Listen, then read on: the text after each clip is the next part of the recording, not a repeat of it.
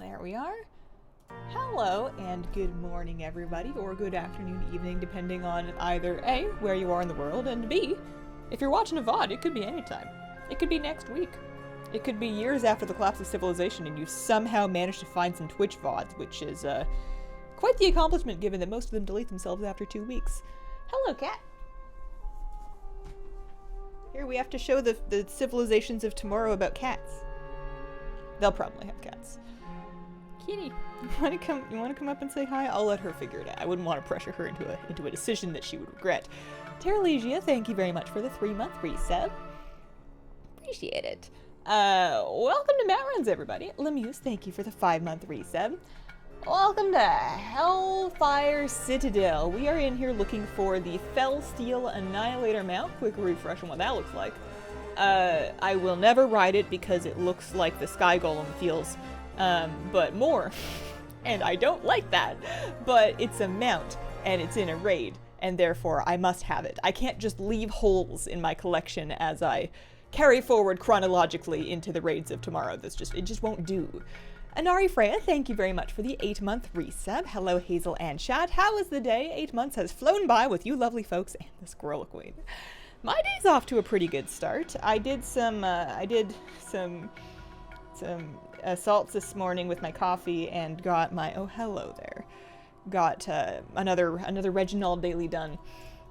And I'm every day now I have been doing my Shadow Barb drone daily, and then I disable my KUI nameplates briefly on that character, reload the UI so they're gone, so I can check to see what kind of experience he's at, you know, how close I am to being done.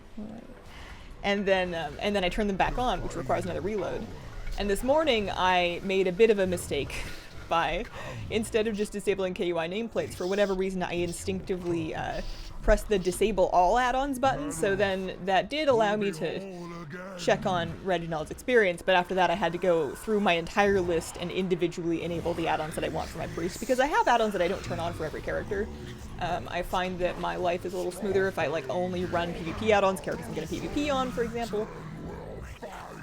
So, well, you're really settling in. It took a bit of doing, but you know, mornings, it's not like I had anywhere. Well, I did have somewhere to be, and I am late today, so I guess that that doesn't really fly, does it? Caitlin Michelle, thank you very much for the 11-month reset. We also have Drez24 with the 7-month celebrating. Thanks, Drez. Zavian2790 with the brand new sub. Welcome to the Squirrel Squad, and look what you guys did. You started the train. Choo-choo. Only lost 5 levels, a set of rare armor. Oh no, I missed something. What happened? Oh, scary couple of days in Guild Wars 2. The servers rolled back. Ooh. Ooh, that's uncomfortable. Did you ever do the quest in the Legion for the Dower Bee Catchling? You betcha. I got video guides up for that one. That was back in the day when I was very thorough. Well, I don't know if I was very thorough, but I was thorough enough to make a video guide for the Dower Bee stuff. Waffle Gamer 117, thanks very much for the brand new sub. Welcome to the Squirrel Squad. Watch your new video. Really like the direction Shadowlands is going. I think it looks really great on paper. I'm interested to see how it all pans out once it's actually in the game, because the thing about the profession items, and for context, I published a video about 2 hours ago that looks through the profession journals in Shadowlands at the cool and interesting and just notable new items that we're going to be able to craft. And there are a lot of temporary duration consumables. There are weapon oils coming back, there's sharpening stones, there's weight stones, there's armor kits. There's a lot of these little things, and there's a lot of interactions. Like, for example, there are potions that will have a greater effect if you have a weapon oil active. So it sounds like, you know, things like weapon oils and sharpening stones are very kind of classic fantasy MMORPG, which is generally something to be excited about. And I think they will be kind of fun and definitely should help invigorate professions by creating more things that there's a constant demand for. But you also need to consider the flip side of that, which is, are we making things too expensive for your everyday raider that's not great at making gold? And are we choking people's bags and bank space with all of these items they need to carry around and stock up on? And are we making the process of getting started and getting ready for your WoW day in a raid too complicated by requiring that you not only get a rune and a Vantus rune and a flask and a piece of food, but that you also get your sharpening stone and your sharpening stone or your weapon oil, or, you know, how many steps is too many steps? So we've had different versions of how simple life should be in WoW before, and this is just going to be another version that we'll have to see how people click with. I did not get the Felsteel Annihilator in that attempt. That was attempt number 20. Let's go do attempt number 21. I think I'm going to save my Hunter run for last today. We'll do we've got like the instant gratification skip run first, and then we'll do like a half skip, and then a full clear, and then my other skip run, because I think we can do 4.5 runs of HSE today. I don't have any chests. I don't have any...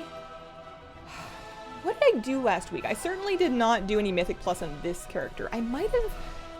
And I don't think I did anything on my Guardian Druid. I might have done one. I think I did a 5 on my Warlock. Let me check my Warlock chest, see if I have anything.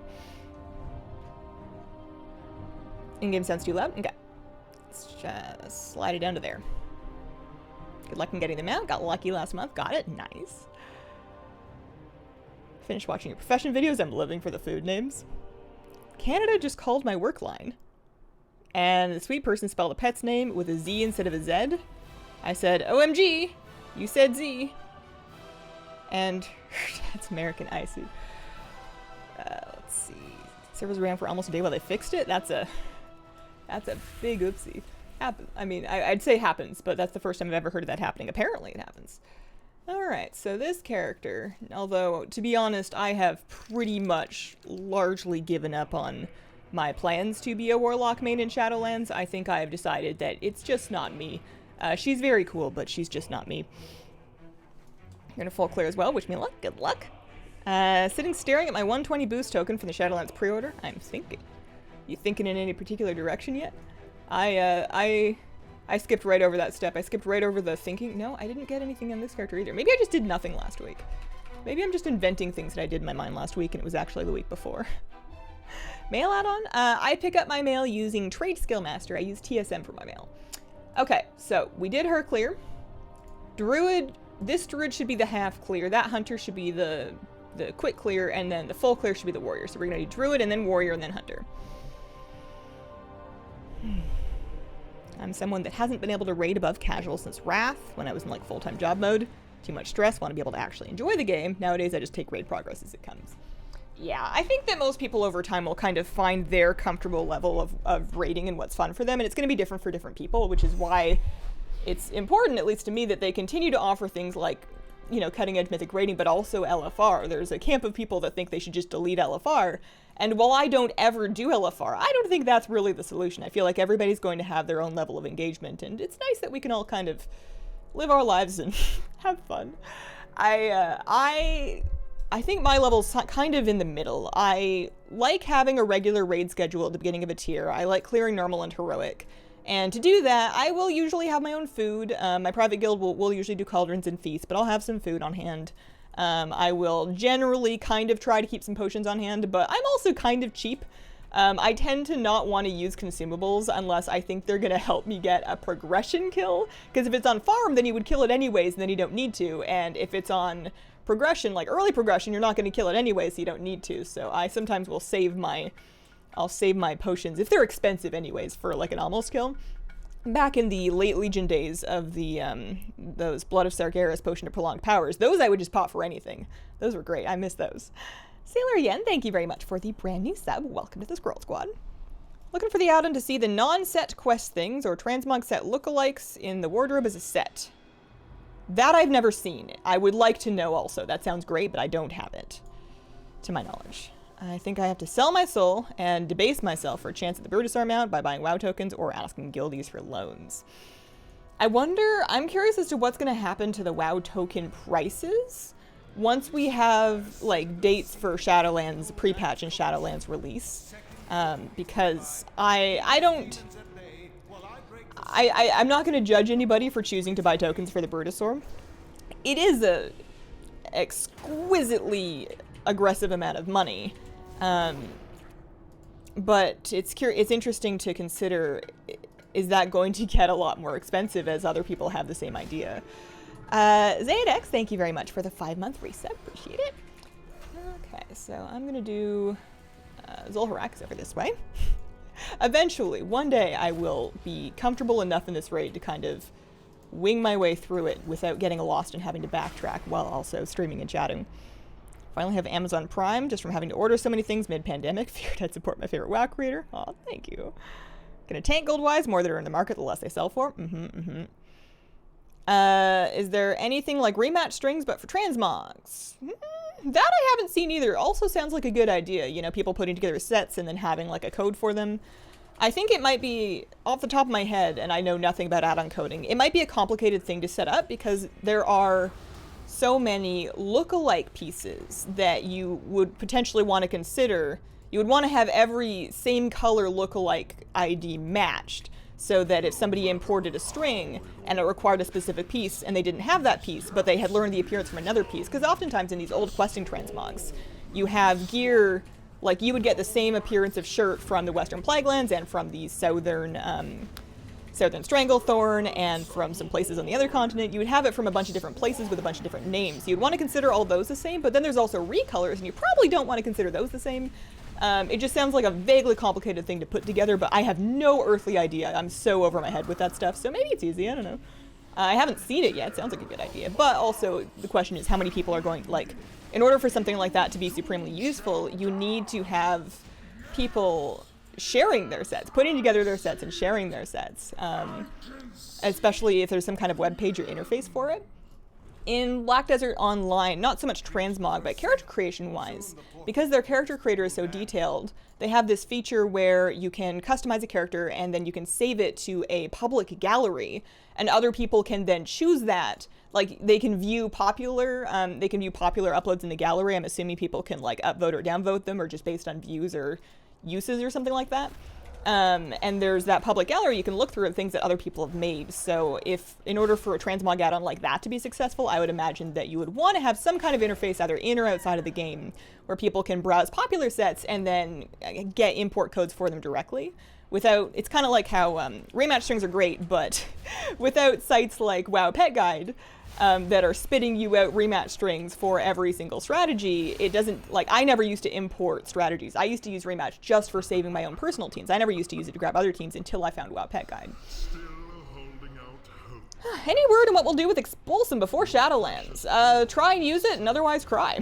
I'm imagining it's a very similar thing to, I don't see them adding a tradable vendor like the Blood of Sargeras ended up happening. I imagine that you're just gonna have to try and use it. Cost less gold, but still 20 bucks. Yeah, as guessing, and not knowing, but guessing, as Shadowlands gets closer, particularly once there's a date, there should be a fairly big spike once people know when it is.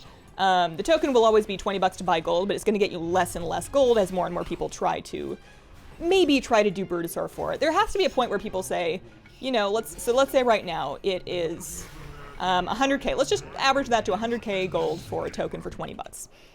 So you need to spend, you know, 100 bucks is going to get you 5 of those. So 200 bucks is going to be 1,000,000 gold. So, like 1,000 bucks, right? Don't hate my mental math. It's not something that I'm good at. I don't use it enough. So like $1,000 for a Brutosaur. Now, not everybody is starting from scratch. There's going to be a good handful of people that have been trying very hard and got part of the way there. And maybe they got 2 million gold, 3 million gold, 4 million gold, but they feel like they're running out of time and they're never going to get to the end of it. So they're not spending that much. But you're also going to have people like, I don't know, somebody looks at that and they say, wow, that's $1,000 WoW mount. I don't know how many people are willing to spend that much on a microtransaction for a video game, you know, amenity. I know that WoW is very important to a lot of people, including me, but that's $1,000. Delaspell, thank you very much for the 6-month resub. Coral Tuck Tuck with the 7-month resub. Appreciate it, guys. Thank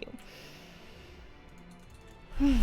How is the gold drop in quest rewards in Shadowlands? Has it been cut to match the squish? Whether my gold will be more valuable after release or not. I have not seen any evidence of them trying to do any kind of gold squishing. It seems that quest rewards are seeing their normal minor bump in value. And gold drop seems to be about the same. I was getting kind of like 40 to 60 gold for turning in leveling quests. I would imagine, and we don't have like world quest numbers yet or anything like that, but I'm guessing it's going to be just like that, your normal kind of like 15%, 20% bump. They can't really gold squish. It's something that would be incredibly difficult to do because short of like deleting people's gold, you really can't do it. I think, if anything, what they could one day do is add another type of currency that is equivalent to like 1,000 gold or 100,000 gold or whatever. If you add another type of currency just to keep the numbers down, that's one thing. But that's not a gold squish. That's just another level of currency. They can't squish gold because they can't take it away from people, and people sit on mountains and mountains and mountains of gold and use it to control markets. So while you can, if you want to, try to control inflation by reducing the income of raw gold into the economy. And they've tried to do this before. You can turn off, turn off that mission table tap that they accidentally turned on. You can reduce quest rewards, but the problem is that the prices of things like raid consumables, your enchants and your potions and all that, are going to be largely consumed by people that already have capital to be crafting them. And your everyday raider that isn't really a gold maker, they get most of their gold from doing their world quests and from raiding and selling that one item they got and like selling a couple of flowers. And if there's no raw gold coming in for them, they're not going to be able to afford the stuff they need to raid. And we've lived that life before, and that's not good either. So it's kind of an awkward problem that I don't think anybody has a really good solution to. If anything, adding the Brutosaur was one way to kind of sink 5 million gold out of the economy. I think that's part of the appeal of adding these gigantic, incredibly expensive gold sink mounts, is that they can kind of siphon some of the massive existing wealth off of the game. Yeah, at that point, it's kind of a macro transaction. You've got a point. I can't imagine getting a Longboy. I'd rather spend that gold and WoW tokens to pay for my sub and Hearthstone expansions for the rest of the year. I used to buy tokens for my WoW sub. When the token first came out, back when it was like 20 to 40k per, I bought 2 years worth of WoW sub, and then for 2 years, my WoW sub was just from those tokens I initially bought. That was back in the Warlords. I was rolling a mission table gold at that time. And when eventually, years went by, shockingly enough, years went by, and my WoW token time ran out. And by that time, the token was up to like 80k, 100k, close to what it is now. And while I was still making more than that gold every month, for a while I was buying a new token for my game time every month, but it was taking a fairly substantial part of my WoW time to earn that gold, and I felt like it wasn't fun anymore because I wasn't earning it for the game, I was earning it for to save $15 of real life money a month, when before that I had just budgeted for that in my recreation budget, largely mitigated by the fact that I never go outside. It's not like we go to movies or coffee or dinner or anything. So I had already kind of budgeted for the $15, and I felt like for me it was worth it to just keep paying the $15, especially on autopay, and then have gold in the game that I make before the game. It made gold making much more fun for me when I felt like I didn't have to, but I was doing it for things that I wanted to. Because I knew, especially for me, somebody who is a core WoW addict, I'm never going to, well, let's not say never, but I'm unlikely to ever unsubscribe from WoW, especially not as long as it's also my livelihood. The odds of me just being like, you know what, I ran out of sub time, I'm gonna take a break for 6 months, not super high. So I figured if I'm gonna pay for it anyways, I don't know, I may as well be having more fun. Surprised that they never had platinum like most games. I feel like it's something that could happen eventually. It was just one of those changes that kind of puts its fingers into a lot of different systems, and also you can't undo it. You can't add platinum to the game, or whatever you would call it, and then say, oh, that was just a Shadowlands only feature. That's something that you do and you're committed to it forever, which is, I imagine, part of the reason why they don't just, toss it out.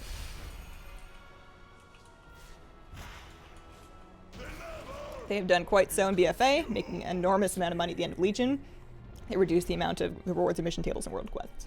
They eventually brought world quests back up because they did severely reduce the rewards from world quests, going from end of Legion to BFA, and then that is one of the sources of income for people that are just trying to raid and afford their stuff. So they eventually rebuffed world quest rewards in BFA, but what they never did do was back in Legion, you might remember we had those combat followers and they had those 3 equipment slots. And at the end of Legion, you could do this thing where you got 3 different pieces of follower equipment, and each one would grant 50 gold per world quest. So it took some doing to get all 3 of them, but I am a Shadow Priest. I would just run around with my triple gold equipmented out Aethelist, doing world quests and getting an extra 150 gold for every single one that I do. So I would just fly around knocking out any world quest that asked me to kill just one mob. I would do that for fun while I was just, doing anything else because it was just easy. And that's something they never brought back. I feel like that kind of lines up with the Warlord's mission table gold situation of being just too much. Too easy, too much. Debating giving up the Longboy, just spending my 2 mil on game time. 111k for the token. What are the best zones to level? The ones that you know the best. Leveling in a zone that everybody else thinks is efficient is going to be no good if A, it's super crowded, and B, you don't know where anything is. So I always tell people to level in the zones that they like and that they're most familiar with. The ones that I like and that I'm most familiar with, in regular leveling, I like Duskwood, I like Northern Stranglethorn, I like Silverpine and Hillsbrad, I like Western and Eastern Plaguelands. And then I go Borean Tundra, Shalazar Basin, Mount Hyjal, and then Oldham. And then what do I do? At that point, I can go just do treasure gathering, and then I can do invasions, and then I can do gather leveling, and that's about it. Trophy Minority with the brand new sub. Welcome to the Squirrel Squad. Burning Steps and Calendar. Love that zone. Did I do the thing I need to do to keep going? I did. Look at that. What would you guess is a reasonable amount of gold to have before Shadowlands? I was kind of thinking about this morning. It's a hard question to answer because we are very likely to see some inflation in Shadowlands. The value of gold's going to go down and people will generally have more.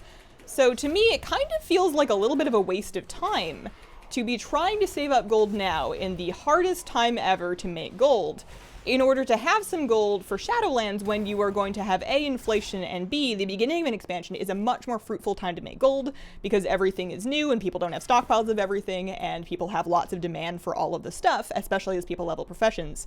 It's going to be so much easier to make gold in the beginning of Shadowlands compared to how it is right now that I wouldn't really stress yourself out about it. I would just do things that are fun for you in the game, and then whatever you have, you have. If I, like at the end of Legion, I had just managed to scrape together 2 million gold for BFA, and I already knew at that time that there was going to be a Brutosaur mount, and I was like, ooh, what if I buy a spider? So then I bought the spider mount and went into BFA completely dead broke, like no gold to my name at the beginning of BFA, and it was fine. I still bought my Brutosaur, I still bought everything I needed to. Because you generally make a lot more gold in the start of the expansion, so I wouldn't stress about it. Whatever you're going to naturally have. I am sitting on like 80k right now. I have not been making gold. I'm sitting on like 80k on my bank haul, just kind of wondering. Also 20k of that was from just this morning doing a bunch of emissaries and getting a bunch of Paragon caches. I had a bunch of those saved up from the rep buff. Yeah, I'm just sitting on that gold wondering, well, I mean, I guess I could buy, I'm wondering how hard is it going to be for me to get the battle pets that drop from the rares in Oldham and Vale, you know, your Corrupted Tentacle, that kind of thing, because they're on the auction house and they're like 50 to 100k each, and I could farm them and maybe that would be more fun for me, but there's also a bunch of mounts that I want to camp off of those rares, and that's something that I can't buy, so maybe I should do that first, and maybe I'm going to run out of time. Well, you're never out of time. Those things aren't going away, I guess. Maybe I should just chill. Hey Hazel and Chats, Knight of Coultiers, how are you doing today? 4 mil in the first week of BFA. Vast amounts of gold not required to enjoy. Well, nah, you're totally right. I would say that a moderate amount of gold is required to enjoy WoW because it's not fun if you can't pay for your repairs or if, you know, you can't get accepted to raid groups because you can't provide your own flask. That's no good. But most people, well, actually, I can't speak for most people. Most people that I know can hit those basic thresholds of WoW wealth just with normal playstyle. It's the people that only want to log in at raid time and log off at the end of raid time and never touch the game outside of that. Those people struggle with gold because a raid is inherently an expensive thing to do. You're paying for repairs, you're paying for consumables, and aside from getting a BOE to drop and selling it, you're not really making gold, you know, carries notwithstanding. So those people, especially in a casual group that's not selling carries, those people tend to be pretty broke, but everybody else seems to get by okay. Gave up on the quest for the Longboy, not about that life. I was considering moving from EU to USA servers. Is it worth it or should I just stay where I am? So the thing you gotta know about that is that one, you cannot transfer your account. You must start over completely from scratch, and that means you're not keeping your mounts, you're not keeping your achievements, you're not keeping your pets, you're not keeping anything, you're not keeping your heirlooms. It's a complete from scratch re-beginning. And then if you are still living in the EU, you're going to have to deal with a bunch of latency. So I would say absolutely not, unless you have moved from the EU to NA and you are so sick of that latency that you are willing to leave all of your achievements behind. And save me his skull. Having around 50k is my sweet spot. Best way to get polished pet charms needed for the pet for the B-mount. Pet Battle World Quests. There will be Pet Battle World Quests that offer pet charms, and you can do those world quests on as many characters as you have. So for example, right now in Najatar, there's the Frenzied Knife Fang Battle Pet. You beat that, you're going to get 19 polished pet charms, have a couple of ults, just go do it repeatedly. Most of those pets are fairly easy to beat, and I don't know about the Najatar ones, but many of them will now scale down to your level. So even if you don't have fully leveled battle pets, you can still fight them with whatever you have, and they should scale down to your pet's level. Bosses should drop more gold when they're current content and scaling with difficulty. Yeah, I'm down with that. I'm down with that. I do think it means that it would be safest for them to, like you said, when it's current content. So when the boss is no longer current content, to nerf the gold drop so that you don't have the best way to make gold just being running old raids for raw gold farms. That's not the worst. I don't hate that. I used to do Firelands runs. Mostly, I did them for the mounts, but I used to also make a lot of my gold just doing old raid clears, and I'm not overly heartbroken that they nerfed that because it was pretty good. And I would hate for anybody that just doesn't enjoy raid clears and doesn't even need mounts or transmog or anything to feel like they have to do that to pay for their consumables or something. Singing Silver, thank you very much for the 2-month resub, farming for the Throne of the Four Winds and Onyxia today. One of us has to get him out today, I believe us. These guys talk so much. I think I'm going to turn dialogue sound off. Especially because, like, demon voices are so 2017. It's all rah, blah, blah, blah. You will never stand against me. I am Legion and I have demons and I am very tall and I hate shirts. It's just all so the same, you know?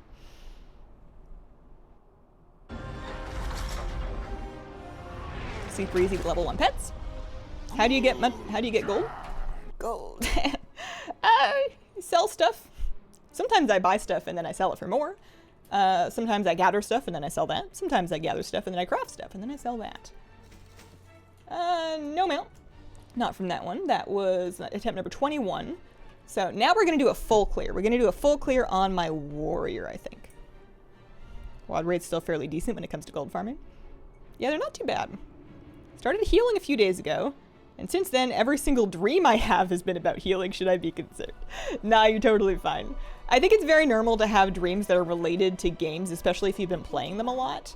I had a dream just last night, and I don't remember exactly what the point of it was, but I remember that the staff that my priest currently has, that neural synapse enhancer. Is that what it's called? I don't know. The big Mechagon staff. Ah! Well, should I try and go kill Terrorfist? He's like all the way over there. I'll never make it. I dreamed about that staff last night. I don't even play my priest that much. Are we not drinking tea today? I'm about to make a cup of Earl Grey. I got tea. I've made myself some ginger green tea. I grabbed just a box of boxed ginger green tea off the shelf. I went grocery shopping yesterday.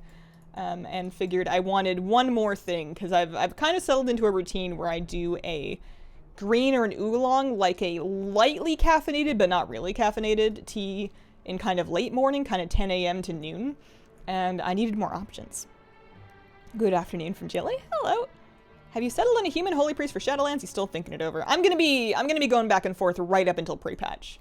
I am feeling priest, and I'm also feeling that maybe Shadow Priest isn't so bad, and maybe I was being a big whiny baby about it.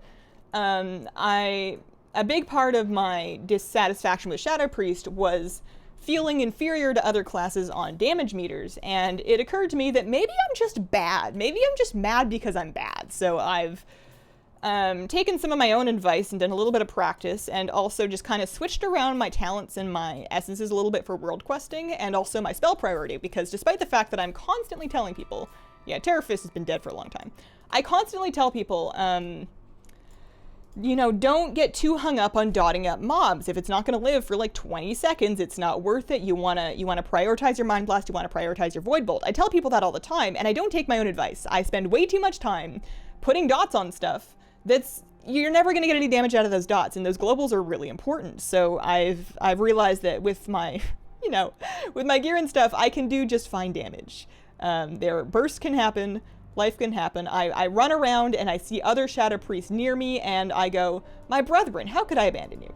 So I don't know that I'm not going to be, I don't know that I'm going to be a Shadow Priest. I'm still considering Holy Priest, or at least taking Holy Priest more seriously. I don't know what I'm going to do in Raid. It may depend on what my guild needs me to do. If we're light on range DPS, then I can do that. But I'm coming back around. But there's lots of time. There's so much time. I'm going to change my mind probably 3 to 6 more times. I'm predicting at least one phase where I decide I'm going to be a completely different class between now and Shadowlands pre-patch, and then I'm going to change my mind in that phase and come back to Priest. And medallions are selling. People want Draenor flying. I'm killing them for the mounts. I don't have all of the Tanan jungle mounts. Tanan. I still need the bristling... Oh, pardon me. I still need the Warsong Direfang. I have the other 3 that come from... I have the other 2. I have the Razorback. I have the Ice Hoof. And then... but I don't have the Hellbore, which is Saber Stalkers. I should do that. And I don't have the Direfang. So I'm still doing them for mounts. I need to move. There we go. There's your slash played. Different on every character. I haven't really added it up on everybody for a while. That's one of my like really low effort video ideas. If I'm ever just like sitting at my desk being like, gosh, I gotta make a video. I got nothing. I'm just gonna log into every one of my characters and add up my slash played while pontificating about how much of my life I've wasted. It sounds like a Saturday to me. Kind of sad. Shadow's basically DOA. So the funny thing was we were looking at class representation recently because people were asking me about which classes are good now, and I was like, I don't know, but we can... Oh no, you know what it was? We were talking about which races are represented, which races are underrepresented. So we went looking on, I think, World of Wargraphs at like stats of races that are played at a mythic rating level, and after we finished looking at races, we started looking at classes. And Shadow Priest is in the upper third of that list. Everybody's saying it's super broken and it's absolutely dead and it's garbage and it'll never rise again. And I don't think it's that dead. I think people are being incredibly dramatic about it. And it seems fine to me. It's not. It's like the Shadowlands changes, I don't think they're breaking the class. I just think they don't really make sense. It's kind of like you had a muffin and somebody came over and they poured maple syrup on your muffin and you're like, well, why? I get that you want to improve my muffin. I'm regretting choosing muffin for this analogy. I get that you want to improve my muffin. I'm confused about your choice of muffin improvement technique.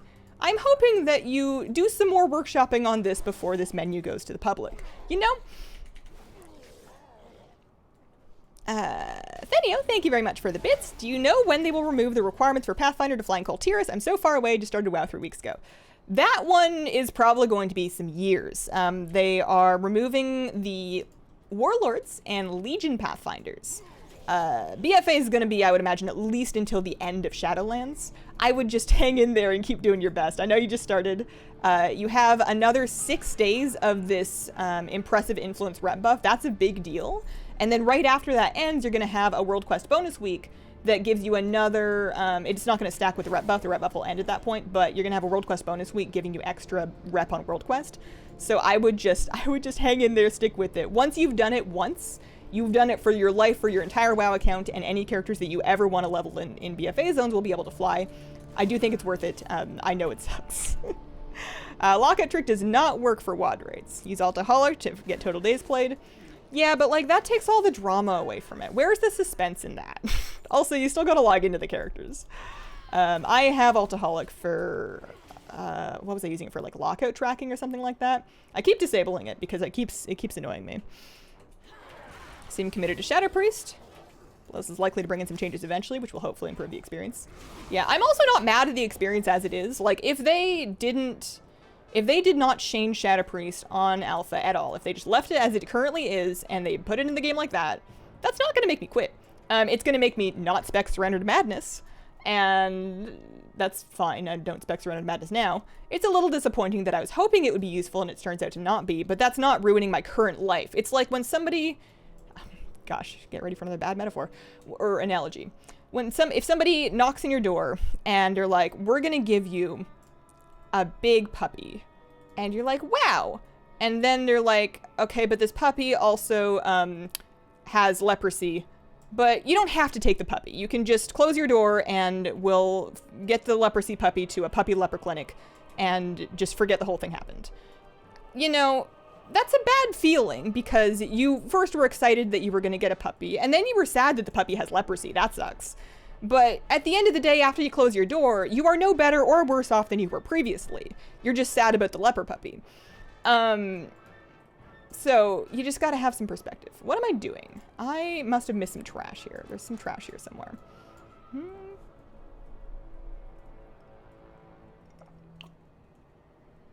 Shadow is fine, only if you have the right Azurite and Essences and Corruptions. I think you can say that about a lot of classes, though. Personally enjoy my Shadow Priest, fun to play. Watched a Mythic run, their Shadow Priest was top in the charts. Yeah, I don't think that the class design is unimpeachable or anything. I think there are some things that could stand to be worked on. I'm just a little bit exhausted by the overly dramatic tone with which a lot of these conversations tend to be started. And part of that is just me getting worn out from spending too much time on the internet, and I just need to turn it off sometimes. That's not a criticism of the discussions, it's just me having read them too much. But it's everything's gonna be okay. Or at least WoW is gonna be okay. The world, I don't know. Plant some trees or something. So sad about this hypothetical puppy. Can you clear Orgrimmar, Stormwind Vision, and your Shadow Priest? I can clear it. The question is, can I clear it by myself with 5 mass active? And the answer to that one is no, not yet, but I want that very badly. Ruddy T11, thank you very much for the brand new sub. Welcome to the Scroll Squad. I did another vision, did I? No, I was gonna do another vision, then I didn't because it didn't sound like fun. Yesterday was my day off, and I ended up doing more work than I wanted to, and then I was like, well, I was gonna do a vision today, but I don't want to. I want to put on a face mask and take a bubble bath, and then I put on the face mask, and the skincare goo got into my right eye, but I didn't want to take the face mask off yet because they're kind of expensive and they work really well. So I just enjoyed the rest of my bubble bath with one eye like squeezed shut so that no more of the juice could get into my eyeball, wondering like, what are the odds that this blinds me because I'm not rinsing my eye right away?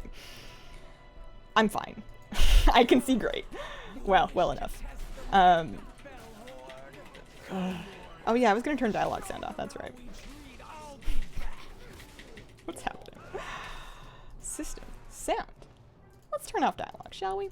How's game sound levels now? Am I still too loud? Am I now too quiet? Can you hear it? I'm very averse to the acapella streams that I've been doing, but I also don't want to play actual music because I really appreciate not having my VoDs muted.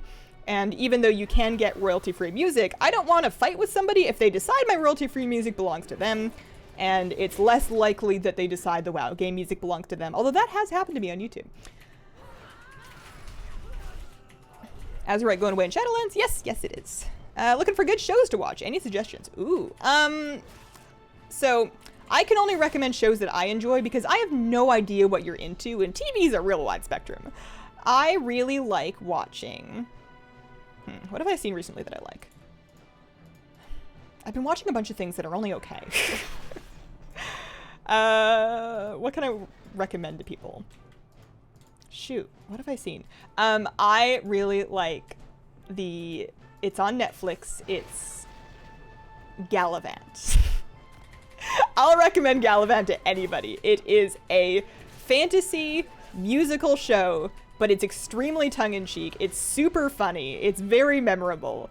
I have seen it more times than I have seen any other show ever, and I don't like a lot of TV, so I love that one with a sincerity. That's called Gallivant, G-A-L-A-V-A-N-T. It is available, there are 2 seasons, it is available on at least American Netflix.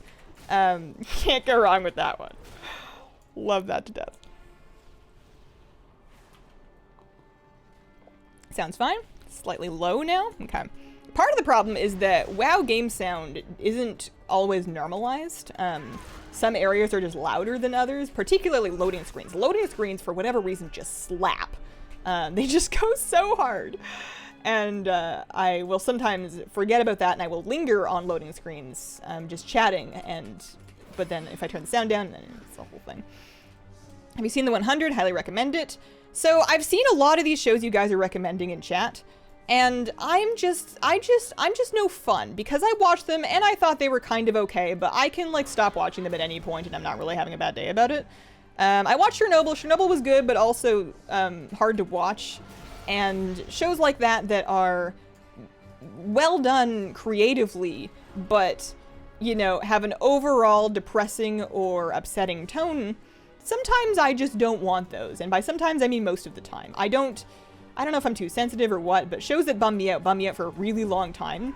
So there's a lot of things I won't watch, even though I know they're probably very good or very, like, culturally important, because I just can't deal. So what else did I see? Westworld was good, but it was too brainy for me, and I only enjoyed Westworld when I was also on Reddit with people that could explain it to me, and I'm not on Reddit anymore because I can't handle that, so that one's no good for me. I watched Fleabag, and I liked that a lot. That was very good. I've seen Archer, it was okay. I've seen The 100, it was okay. I'm gonna hurt a lot of people's feelings. Princess Silver, very sad, but very good. I'm watching Itaewon Class right now. I'm about a little over halfway through. Hexy Heart, thank you very much for the brand new sub. Welcome to the Squirrel Squad. Also, I don't know if I thanked X Rosario's X for the brand new sub. Welcome. Yeah, I'm watching Itaewon Class, which is a K-drama that's on Netflix. So far, it's very K-drama. It's one of those shows that has episodes that are like an hour and 10 minutes long, and it knows it. So it will sometimes be overly indulgent with long, dramatic pauses and stares and conversations that take like 15 minutes when there's only 4 things to be said, because they have to do the really slow pan zoom every single time, and that can be kind of frustrating. But the show's overall, it's okay. It's not awful. I'm into it enough to finish watching it, which is more than I can say for that one where the lady fell in love with a hologram. I don't know. Did you like The Good Place? I did like The Good Place. The Good Place was awesome. I like that a lot. What about YouTube stuff? Found a channel that's just a guy solving Sudoku puzzles. That sounds kind of fascinating. I do watch a medium amount of YouTube. I like watching, oddly enough, I like watching BuzzFeed style content that's not from BuzzFeed, so like by ex-BuzzFeed people, because the production values on it are pretty good, and they tend to have a handle on what people like to watch on YouTube. So I both enjoy the content for the personalities, but also I like watching what kind of editing choices are they making, what kind of pacing choices are they making, what do the thumbnails look like. So stuff like Sophia and the Try Guys, and I guess that's it. I like watching stuff like that just to kind of get a feel. Sometimes it's kind of obnoxious, sometimes the Try Guys are a little much for me, but I like keeping an eye on what the kids are hip with, you know.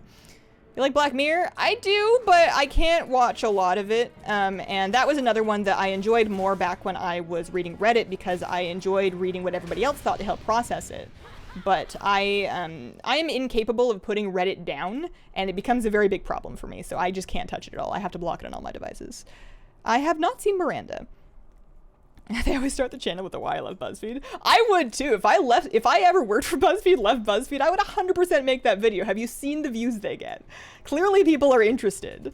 I appreciate it when it's done in a way that is not meant to trash BuzzFeed, because I feel like trash talking your former employer is just kind of tacky, even if you hate them with a fiery passion, as long as they're not like committing human rights violations. I feel like the graceful thing to do is just to thank them for the experience and move on with your life, which most people tend to do. Altered Carbon. People keep recommending Altered Carbon. I'm thinking maybe. I don't really jive with sci-fi too much. I like watching singing coaches react to different singers.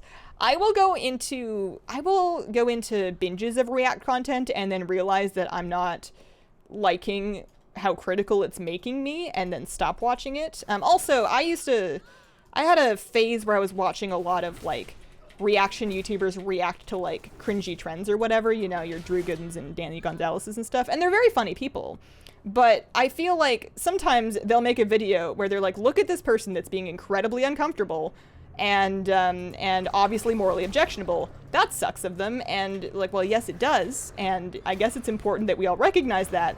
But it just feels kind of low effort to me. I don't know. It's like, it's not really punching down, but it's just, something about it doesn't quite sit right. So while I respect their right to make that content, I think I'm better off if I step back from it. I feel better emotionally if I try to watch people doing their best as opposed to people trying to tear down people that are being misguided. Jinx, thank you very much for the brand new sub. Welcome to the Squirrel Squad.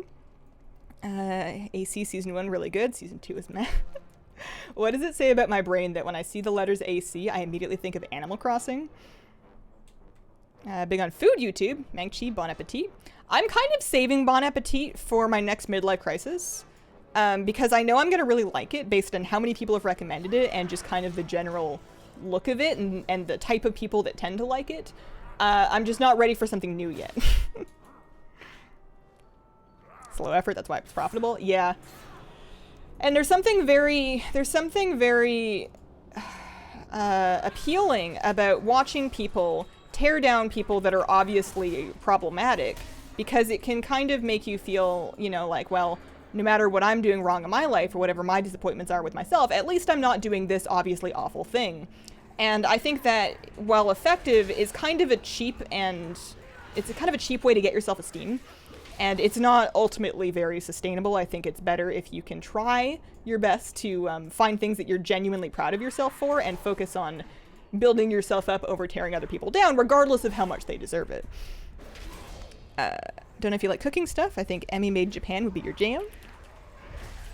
Yeah. It is hard. Everything worth doing is hard. Yeah, you know, sometimes you just gotta figure out what hard thing are you gonna do today, and then what hard things do you have to do today, and then just, like, call it good and, you know, have some dinner and go to bed. Like, you can't just pick a thing and then don't worry too much about the rest of the things, as long as you're not, like, letting anybody down. Best way to go from 420 to 445 plus, raid, dungeons, or other? Whatever you're most likely to do or get into groups for. So you can get to 445 via raids or dungeons or other. So it's a question of, do you have a raid team? Do you have a Mythic Plus team? Are you likable in pugs? You know, do pugs invite you back? Are you good at solo content? Do you want to push like 5 mask full clears? If you can do 5 mask full clears every week of the Horrific Vision, that's like a 470 piece every week. You can do that. This boss is going to take me a little bit.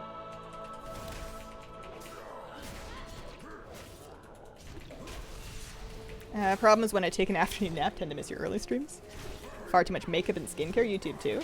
I need to take another dive back through makeup YouTube, because I need to figure out how to do my makeup.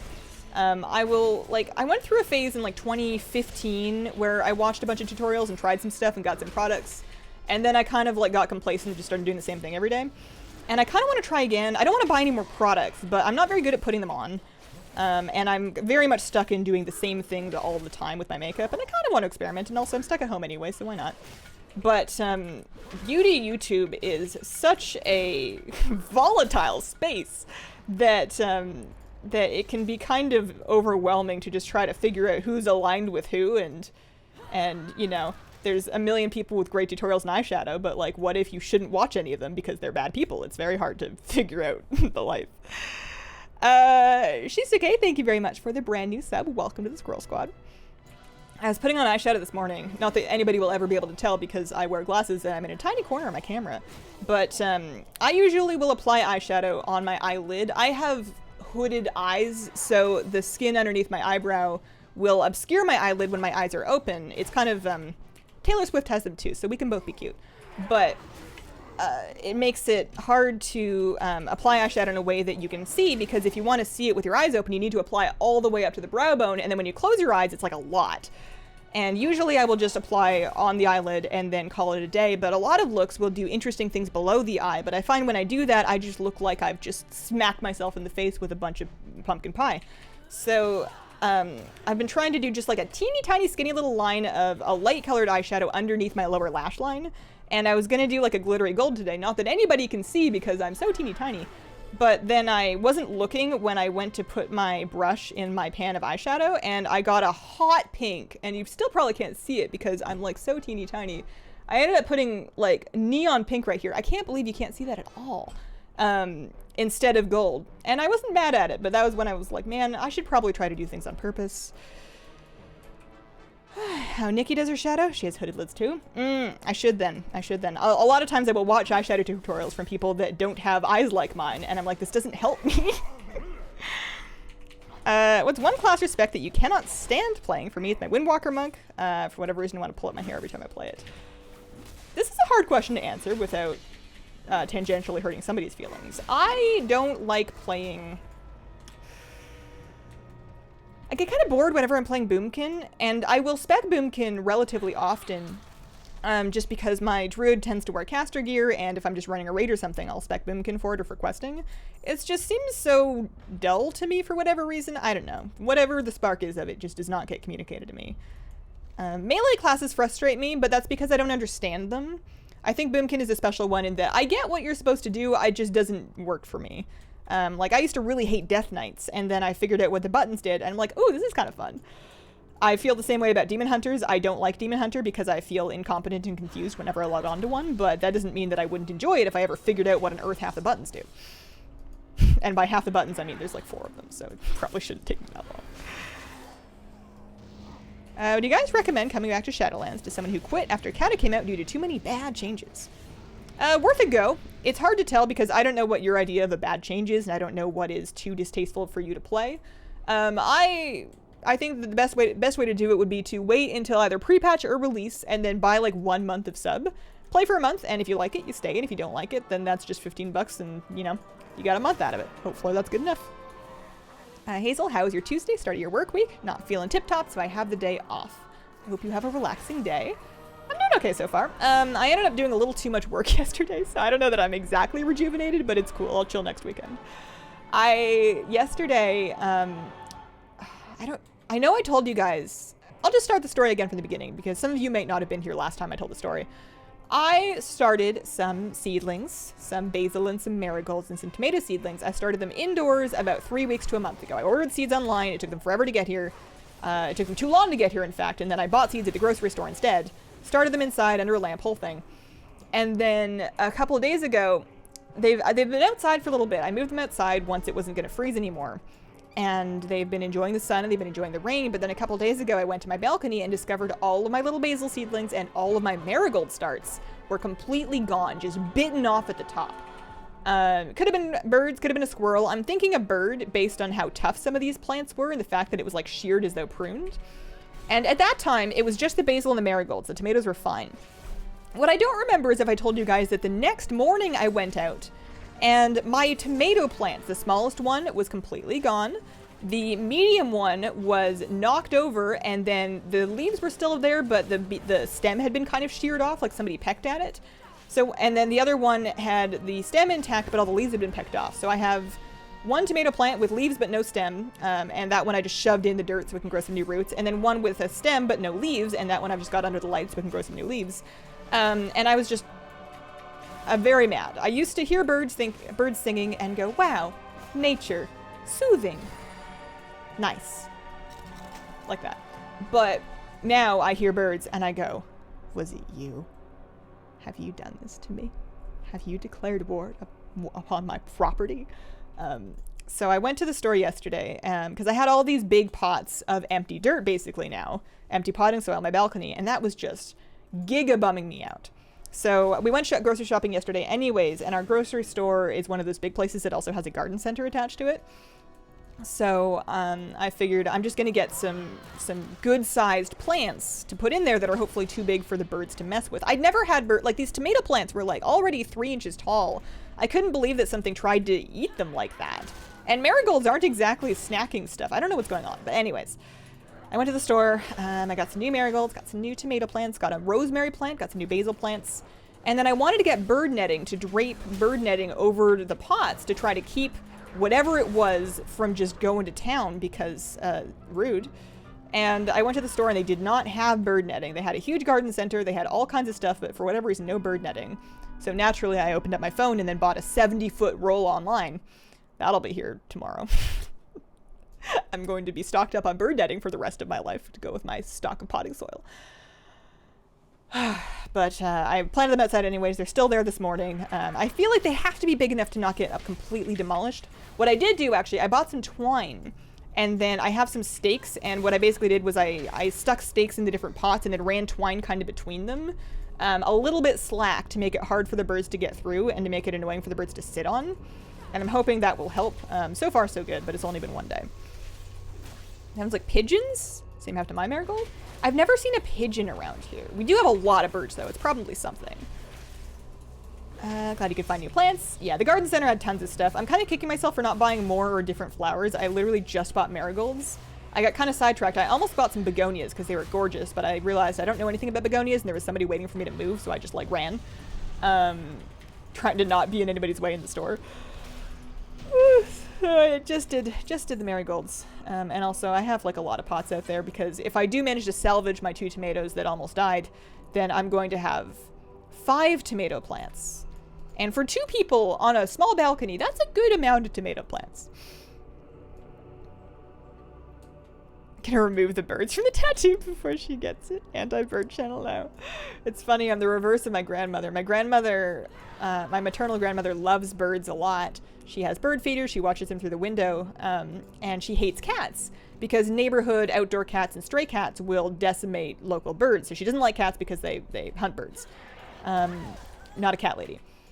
And I'm kind of the opposite. I was giving my cat heck for not keeping the birds away. The cat's not allowed in the balcony, but the balcony has a big window that the cat will sit by and look out of. And I'm thinking, if you had just been at that window, you know, maybe then the bird would have thought twice. But you were probably just like sleeping on somebody's lap, totally slacking. What do I pay you for?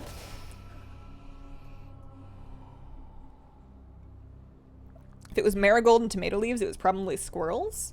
It's just the damage on the 1 tomato seemed very beak-like to me. I used to have chickens, and the way it had been, like, pruned seemed like it had to have been done by, like, a sharp beak. It wasn't, like, just nibbled off of the stems. It was, like, sheared. It was almost like somebody went in there with a bunch of clippers. Put up a CCTV camera. Do you know if professions will start at level 1 like they did in BFA?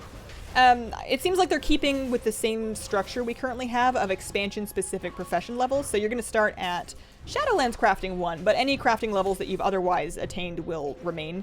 But you're going to level your Shadowlands professions from 1 to whatever turns out to be, like 150 or whatever. Balcony squirrel struck again, ate my strawberries. Hazel drama consists of going to war with local birds. Well, not war. We should be very clear. I'm never going to be out there with like a BB gun or anything. I was looking into, people were saying that wind chimes can help deter birds, but I didn't really know how to hang them. And also, I really enjoy the hummingbirds. The hummingbirds didn't do it. They're like this big. And we have a hummingbird feeder on the window, just with like the suction cups. And I love that thing. I clean and refill it like every week, twice a week sometimes. And I really enjoy watching the hummingbirds, and it would be a shame if I couldn't see them anymore because I scared them away with big old wind chimes that don't do anything to the actual bird. Currently dealing with the knowledge that I will never get a longboy. Are you calling it in? You throwing in the towel? You give Kira some polished pet charms and she'll be better at it. Let's Bladestorm. Bladestorm's fun.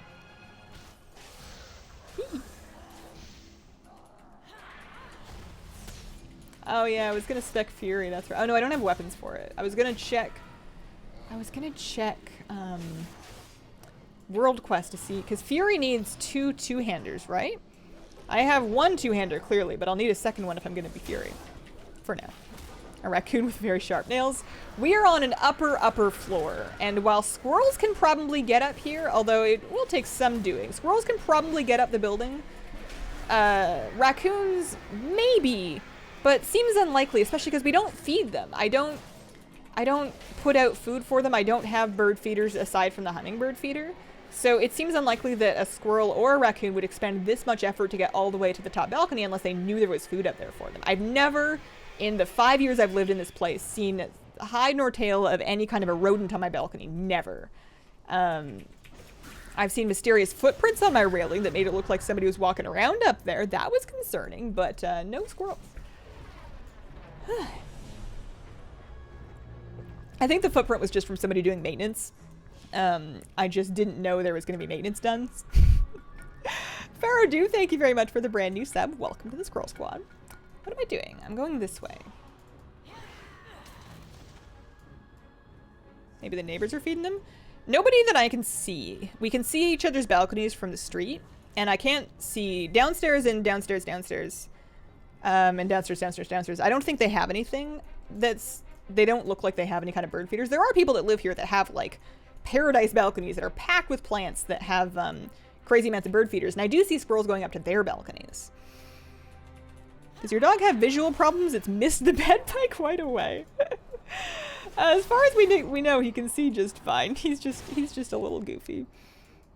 Watching your old mount runs made me want to do a Siege of Orgrimmar run, and the mount dropped in the first time. You first tried a Juggernaut out of Siege of Orgrimmar? Oh my goodness. I am not bitter. I am happy for you. 100% not bitter at all. Wow. What a great mount to have drop in the first time though. Like I've seen people go into like the Eye of Eternity, the Malagos raid, and they get like their Drake the first time, and it's like, well, congrats. Now you get to skip the one boss raid or the two, like the one room raid. But Siege, that's an hour-long clear, and you have to full clear it. That's a really good one to have drop. If I saw a footprint on an upper balcony railing, I'm calling Ghostbusters. Pup does that when it's warm. Bed retains heat. Got the Ironhoof Destroyer after 15 runs. Nice. I've made a mess over here. I need to get to these guys. I don't like running his arms, and I regret it very much. I never have rage to do anything to anybody. I like this guy's hair. Especially with like his big horn on the other side. It's kind of stylish. Sad that the deer ate all my tulips just before they bloomed. Went out the next day to get deer spray.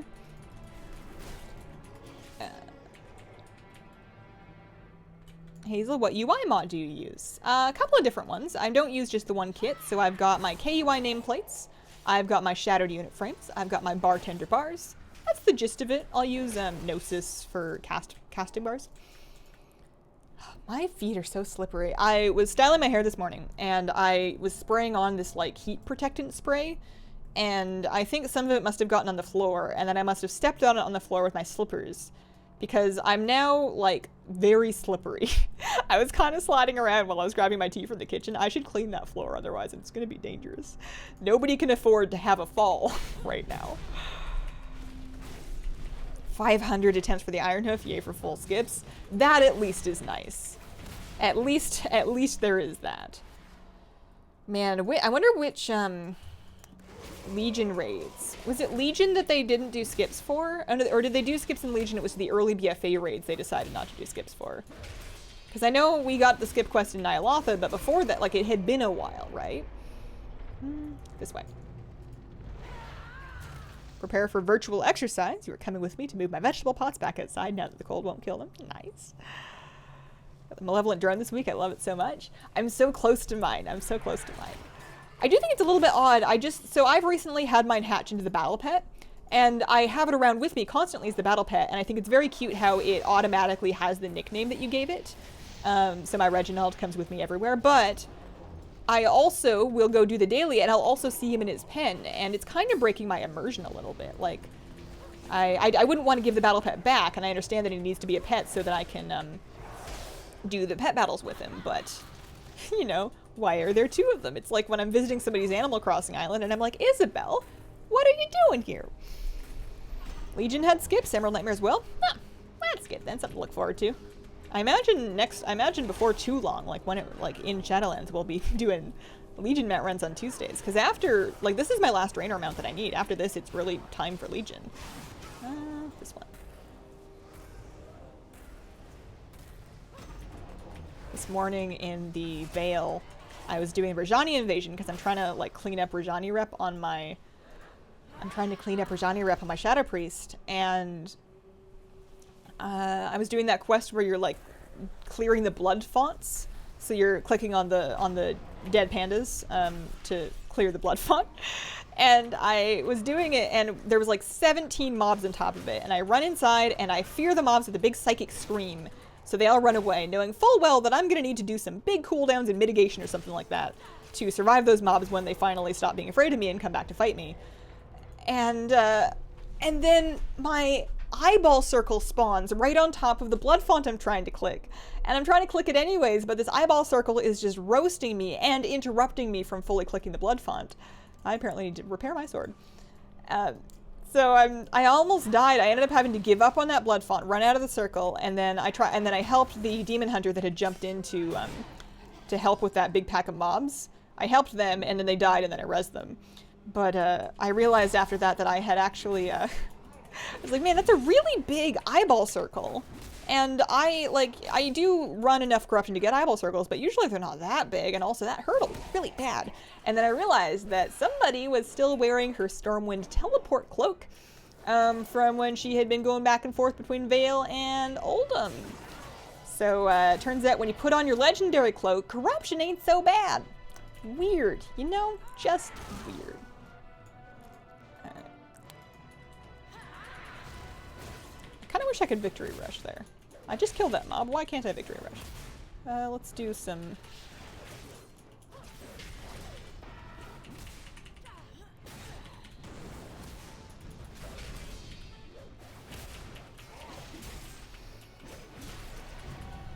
Hey, achievement.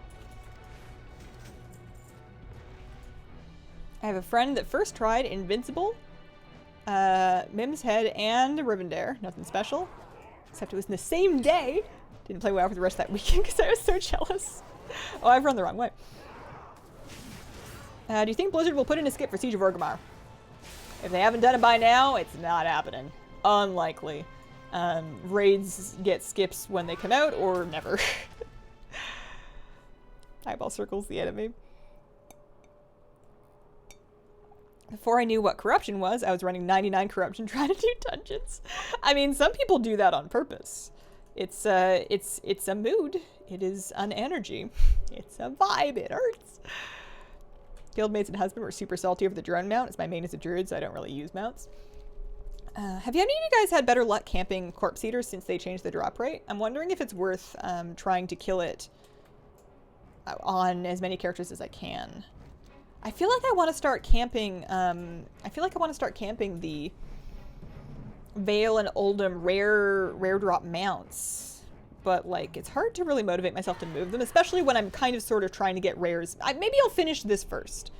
Like you can just finish HFC. Maybe after I get the Felsteel Annihilator, then I can move these characters out to those zones to camp various different invasion mounts. I feel like before I get the Annihilator, I mostly just want to get characters set up and parked out and help in Tanan.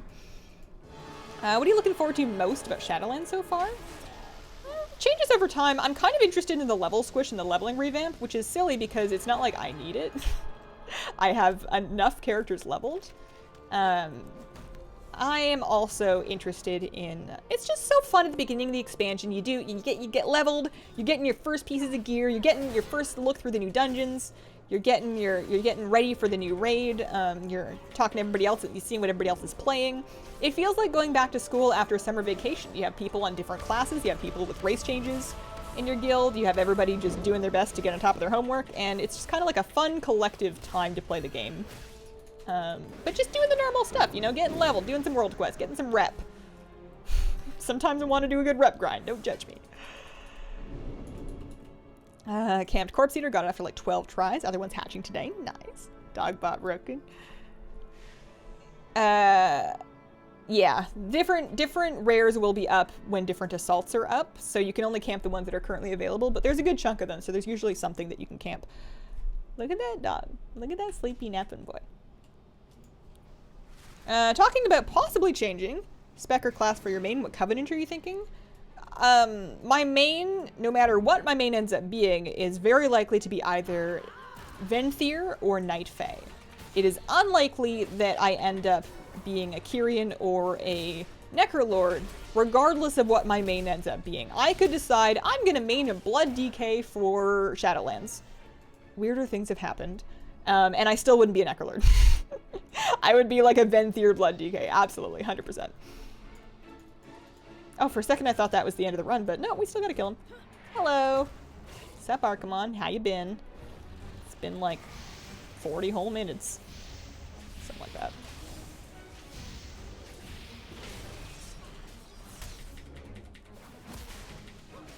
I don't do very much damage. But this might mean that I don't, die in the cutscene. I might die in the cutscene. Heroic leap, heroic leap, heroic leap! Oh. Am I okay? I'm fine. Okay. Whew. Okay. I was worried I was gonna get stuck down there and have to like hearth back and then fly all the way and then hope to get it out of the mail. Alright. Attempt number 22. No good. But that's okay, because we have... next week is going to be my last full clear on this character, and then she'll be on to half clears as well. Plus, some gold. Nightfade DK sounds so fun. Came back to WoW. Can't decide what race to make. My Pally, Zandalor, Troll, or Tauren? Tauren, I mean, if it's... I would go Zandalor for Ret or Tauren for Prot, depending on whether or not you're more interested in tanking or in damage, just based on kind of the looks of them to me. Look at all this gold. Look at all this gear that you can just sell for all this gold. Is there a vendor? Yeah, there's a vendor that'll just vendor stuff. That's easier. Renato, let's see. Renatawa, thank you very much for the brand new sub. Welcome to the Squirrel Squad. Also, I missed a couple of things. Faroudou gave out a brand new sub about 10 minutes ago. Thank you very much. Sorry I missed that. We also had SarcoX with some bits a little bit ago. I hope that if there was a message, I caught it. Let me see if I can scroll and find it. That was a while ago. It might be gone. Sometimes I miss things. But Renatawa, thank you very much. Welcome to the Squirrel Squad. So it would have been after this. I wish they would just put the bits message in the alert monitor. I don't see it. Maybe it was just bits. Necrolords were my last choice, but it seems like the Rogue Covenant ability is so good. Right, if I'm persuaded to choose it. You might feel differently when we see more about what they're about. Like, I know on the surface of it, angry, proud zombies are not the most appealing thing, but you know, maybe there's a deeper level. I am going to get up and be right back, and then we will do another run, and maybe another half clear after that. We'll see.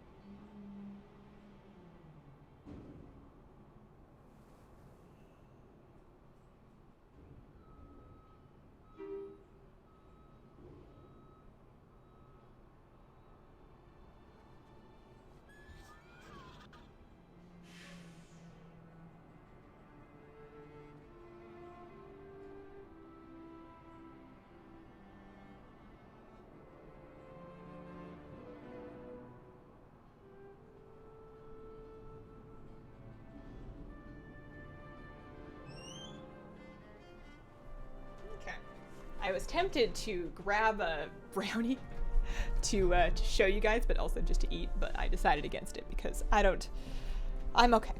It's fine. I made brownies last night. I made dollar on brownies from the WoW cookbook because that's just one of those recipes that always comes through.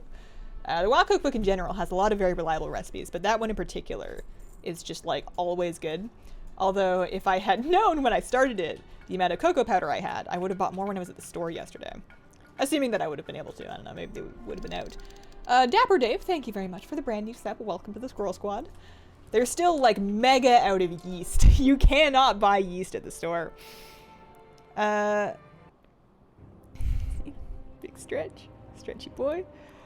Should have grabbed the brownie. Have that cookbook, never used it. Oh, you have to try a few things. The Mulgore spice bread is a favorite. The conjured mana strudel is a favorite. The dollar on brownies are very good and very easy too. I've never messed up the dollar on brownies. What am I doing? I'm getting onto my hunter, and we've got a direct skin. No, they're not herb infused. Banana blueberry walnut bread yesterday? Ooh, that sounds good. Have the book, have yet to use it. You guys gotta try something. You gotta try something. What kind of brownies are they? Chocolate. What kind of brownies are there? I only know one kind of brownie, and it is a chocolate brownie with like a little chocolate frosting on it. Okay, off we go. Another attempt. Again into the abyss. I love making the Zangermarsh mushrooms, putting them on a burger. That I haven't tried. I do feel like I kind of get into a rut sometimes with cooking or with cookbooks where you have like your handful of recipes that you always do and then you just never really branch out beyond that again. But that does sound really good. Singing Silver, thank you for the gift subs. Appreciate it. Congrats to everyone who got one. Evelyn's transmog looks cool. She's just wearing Black Empire stuff. That's just the plate LFR Nyalotha set. That's it. That's all it is. Love powdered sugar on top of my brownies. Husband loves blondies, which are caramel brownies with chocolate chips in them. That I've never tried. That does sound good. Friend of mine gets yeast from buying uncooked pizza dough from the local pizza place. I do have a couple of packets of pizza yeast that I bought last time that I have yet to really try. I'm gonna try... Oh, I gotta talk myself into this. I'm going to try to start my own sourdough starter. I have jars now. I bought jars and they're here. I have jars. I have no excuse not to start it. I'm just afraid I'm gonna make a big, gross, disgusting science experiment. I'm gonna have to throw it out in shame. But I should start it because sourdough starter means that you don't need to use yeast and also means that your bread is sourdough bread, which is infinitely better. Make some peanut butter to the mix before baking. Do you have 2 cats? What is missing? I only have the 1 cat. 1 cat, 1 dog. And they will very rarely share adjacent beds. Doesn't happen super often. Since you mentioned Try Guys earlier, I'm gonna guess you got inspired by Ned's bread video. I actually didn't watch that one. I'm kind of hit or miss with their quarantine content, honestly. I don't know what's quite missing about it. Some of them are really good. I like the Photoshop one, but some of it's just not doing it for me. I need to find the portal. That's it. Yeah, no, where did I get the sourdough idea? I mean, the universe and people telling me to make sourdough bread. I think it's because I just need yeast and that's like the thing. Sourdough starter is innately a big gross science experiment, so that's a bullet you'll have to bite. I'm okay with it being a gross science experiment. I just need it to not get moldy. I don't want to be looking at this jar being like, this is definitely gone wrong, but I've already put a ton of precious flour and 2 weeks of my life into this thing. Is it worth trying to scoop off the mold and save? I don't want to be faced with that, and I feel like it's quite likely that I end up being faced with that decision to make. I'm planning to keep everything extremely clean and hope that helps, but in the end of the day, you're fermenting something on your kitchen counter. It's gonna get a little gross.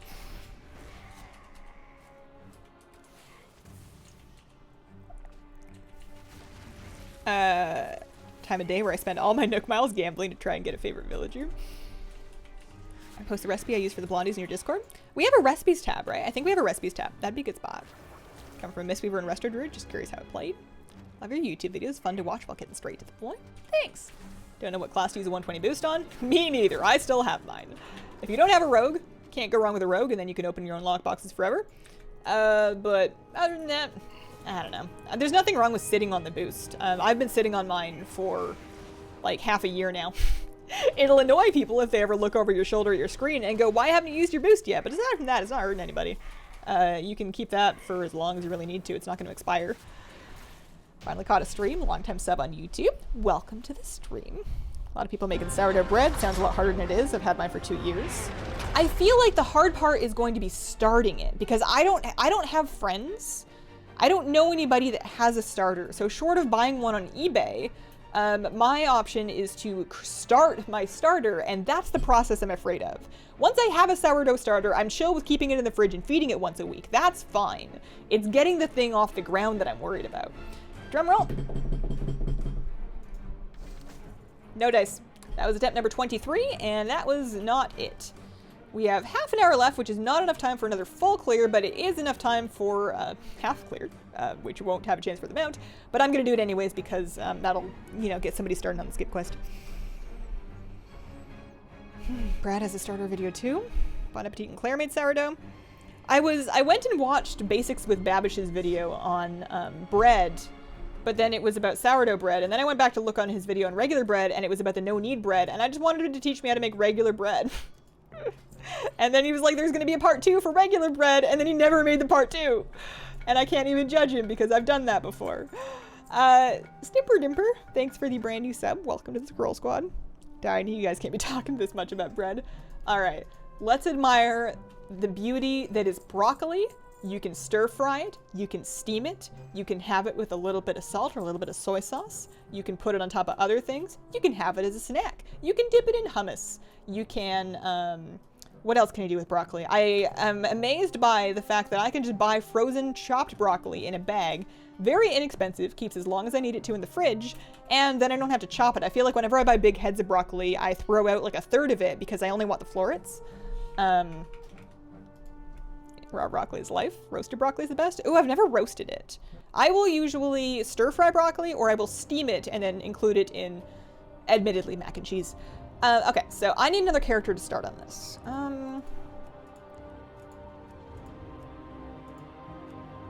Probably my monk, yeah. She's already in Lunarfall. I wonder if she's already done part of it. Bread it and deep fry it? Ooh. Broccoli is good for you, and in many places, it is affordable, it has great nutrients, it has great flavor, it has great crunch. Go broccoli. Grilled broccoli. Ooh. Turn me into an alcoholic with your YouTube leveling guide. Got a sub on Twitch. Capped 3 120s. Nice. My crazier is the best part of broccoli, the stem. So I actually avoid the stem, not because I hate it, but because the stem contains the most, there's a word for it. There's a compound in mostly the stems of broccoli that is sulfurous, I believe. Don't quote me on this, not a scientist. But that's the part that if you are having odorous intestinal gas, for lack of a better phrasing, if that's a problem for you, then broccoli stems can contribute to and exacerbate that problem, whereas the florets are less of a big deal. So if you want to avoid stinky broccoli farts, chop more of the stem off your broccoli. We went there. Yes, we're talking about farts. Only in the most utilitarian of means. Known Pudding, thank you very much for the brand new sub. Welcome to the Squirrel Squad. Florets have all the nutrients too. Hazel, do you think it's too late in the X-Pack to get the Longboy if you have like 10k gold but want them out? It's hard to say because we don't really know when Shadowlands is coming out, and I also don't know how much of a gold-making savant you might be, and neither do you unless you try. Best bet is to go for it, and then if you don't make it all the way, at least you'll have a nice nest egg going into Shadowlands. What a great time to join the stream. Let's see, do you like broccoli with lemon juice?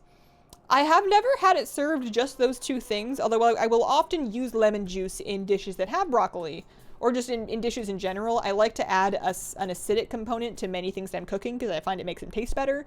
So I like my lemon juice, I like my balsamic vinegar. I use a lot of balsamic vinegar. Let's see. Got off at making gold. You guys probably gonna help me.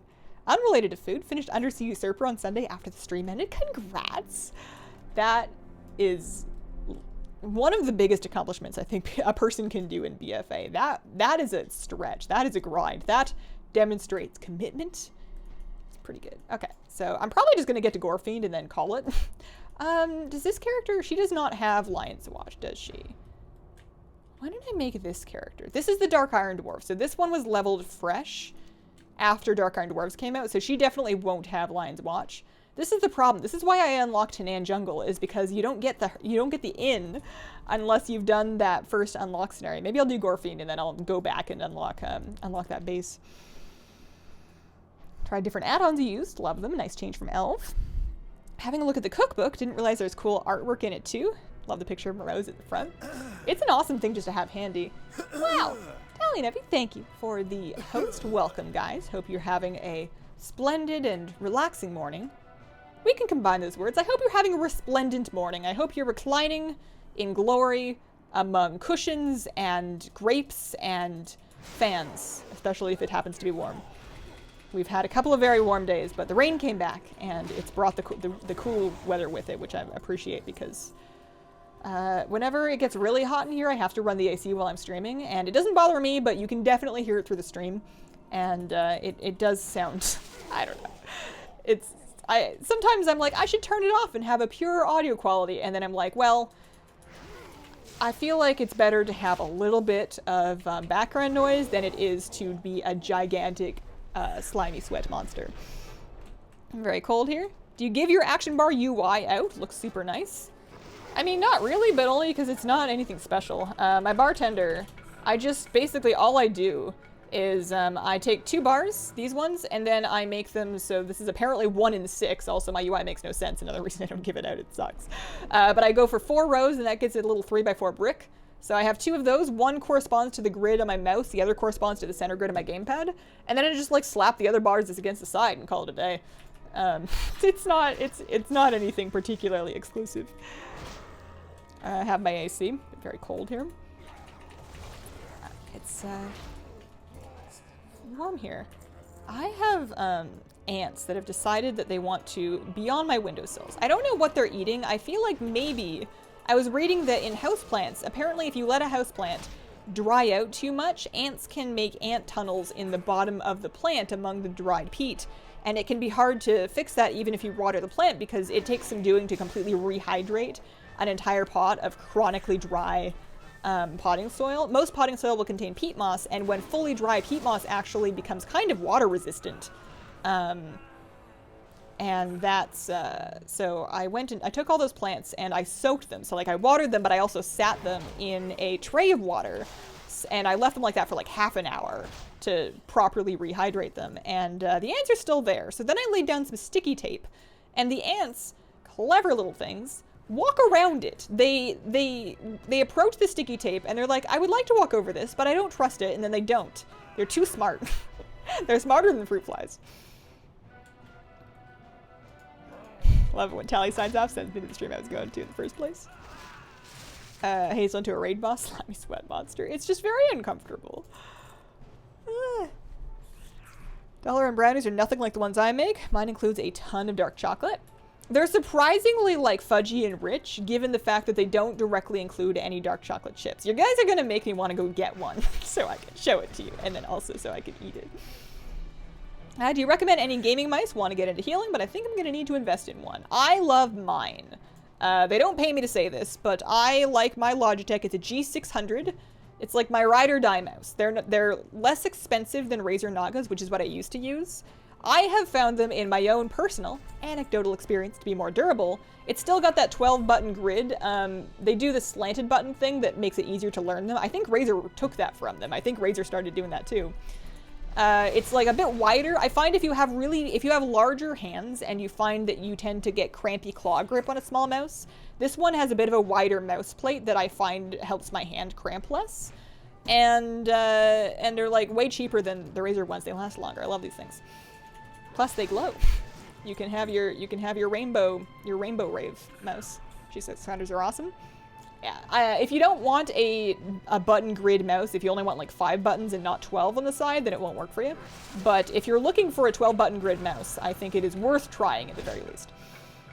K80 of Hearts, thanks for the 2-month resub. Finally got my Twitch Prime set up to subscribe. Nice. Have all Corsair accessories. I've got kind of a mishmash, a mix and match. I've mix and matched my mishmash. That's difficult to say. But I do favor Logitech gaming stuff. Logitech cheap retail stuff is cheap retail Logitech stuff, and I know that there's like a meme about Logitech headsets, and honestly, I don't know what Logitech headsets are like. I haven't used too many of them. I tried one, but it was a lower end one, so it's not really a fair comparison. But for keyboards and mice, I use a G710 Orion Brown keyboard for my keyboard, and mind you, I don't game on it, so it's just for typing and feeling superior for having a mechanical keyboard, but I like typing on it. I like brown switches. I find that they're like a nice blend. The blues are just too loud, and then the other ones are like not loud enough, and brown is just like nice and in the middle. And then I use the Razer Orb Weaver for my gamepad because Logitech no longer makes a gamepad, and even when they did make it, they never made a mechanical one, and I do want it to be mechanical. Cramp less? How often do you have hand cramps? I used to have really bad hand cramps and general repetitive motion pain in both of my arms. I think it tends to be a little more common with women, not exclusively. It's not only women that experience this, but I've known, again, anecdotally, among female gamers that I've known, I think the prevalence of repetitive stress injuries and disorders, especially in gaming, is a little bit higher. There's a lot of potential reasons for that. I'm not going to pretend to know what they are, but I do find that I do much better with A, ergonomic accessories, B, taking breaks, and C, weightlifting. Not big, heavy weightlifting, obviously, I am not ripped, but doing regular, moderate weightlifting in my hands and arms has completely stopped the nerve pain that I used to have in my forearms. Tried one of the more expensive Logitech wireless headsets. Yeah, I'm just over gaming headsets. I'm spoiled because I can justify buying an expensive desk mic and like the stand and setup for it so that it's not connected to anything. And this is great because this just lets me have a wireless headset. Right now, I just have, I knocked it out. Oh no. Right now, I just had, before I flung it from my ear, a wireless earbud. And I will not wear wired headsets. I just refuse. I am free and untethered because whenever I used to wear the wired ones, I would forget that I was wearing them. I would roll over them with my chair. I would forget I was wearing them and stand up. They would be torn from my head. They would be torn out of my ears. They would get tangled on my belt loops and my fingers and my hair, and awful. Can't stand it. So I exclusively will wear wireless headphones with a stationary desk mic, and that way I can also continue to listen to Discord when I get up from my desk to go like get water or something like that. I can't talk to them because I don't have the mic on it, and I don't want to use like the phone hands-free mics because those are awful. But even if I quit YouTube tomorrow and I quit streaming, I would still invest in having a desk mic set up just because it's better. Or it's more comfortable for me anyways. You know, earbud notwithstanding. The only reason I use the earbud as opposed to over-ear headphones is because for streaming, I want to be able to hear myself, which means having only one ear covered. And that's kind of painful to do with headphones. Remember your video about the Logitech versus Razer Naga mouse? You had brown hair then? Yeah, it's been a while. I want to do more videos like that, reviewing and talking about gaming and streaming tech. I'm going to try and start weaving them in once I've kind of gotten on top of the basic Shadowlands ones I want to make, and I can kind of justify a couple of videos a month that are not WoW.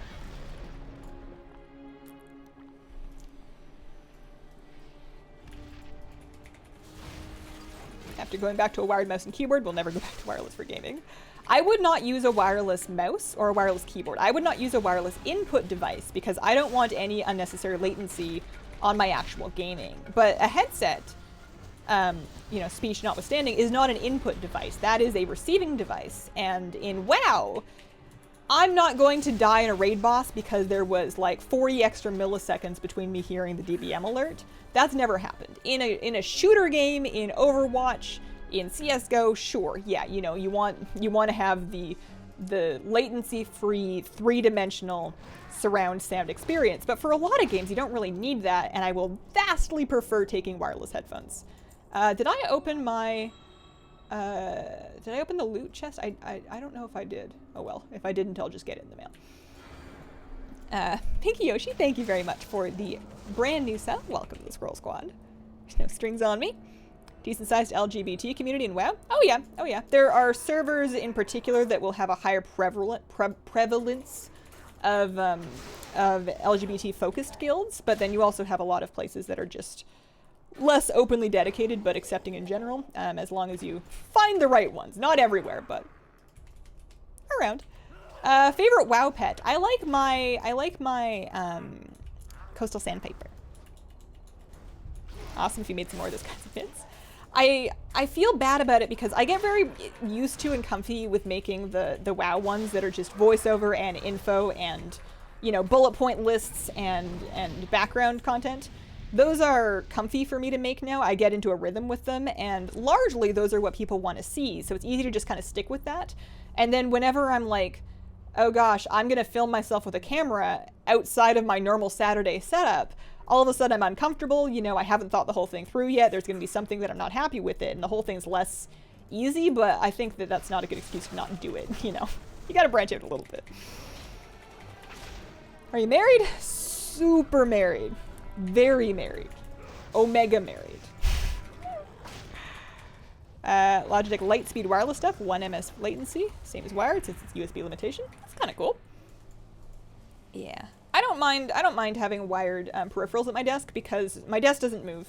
If I was to use a sit-stand desk, I think that would be different. I don't use a sit-stand desk because I have 47 things plugged into my desk, and I like to have the cables relatively managed, which means kind of like collected and tied together and whatnot, and that means that I don't have enough slack on them to allow me to elevate or lower my desk. I have too many things plugged in for me to comfortably and safely, without damaging any of my cables or connections, be moving it all around too much. So given that everything's just sort of stationary and plugged in and it lives here, I don't really mind having the mouse and keyboard wired because I'm not taking them with me. My headset is on me, it's attached to me, and therefore it's more important to me that it moves with me. Just got engaged yesterday. Congrats. Can you be a little bit married? I think most people that are married are like married, but it's just really fun if you say, oh no, like I'm like really married. Do you grind World Quest to get more married? What do you think about WoW 2? Hate it. Absolutely not. I think that Overwatch 2 is weird and confusing, and like it sounds like it's just an expansion, but they wanted to call it Overwatch 2, and why? And I think in WoW we have WoW expansions. That's WoW 2. Starting from the ground up is a complicated thing because if you carry with us all of our past achievements and mounts and collections and stuff like that, what makes it different from an expansion? And if you don't carry those things with us, then how dare you? We've all spent 20 years working on it. Ask my significant other to get Omega married, see how that goes. Is the amount of married directly correlated with the time spent married? I don't think so. I don't think I've been married that long in the grand scheme of things. Our anniversary is coming up next week, I guess. We're having an anniversary this month, and it'll be 6 years for us, which is not terribly long, but it's also not like terribly short either. We're no longer newlyweds, apparently. Married, Repped, Exalted. And this thing called Hella Single Gay in a Redneck Country Town.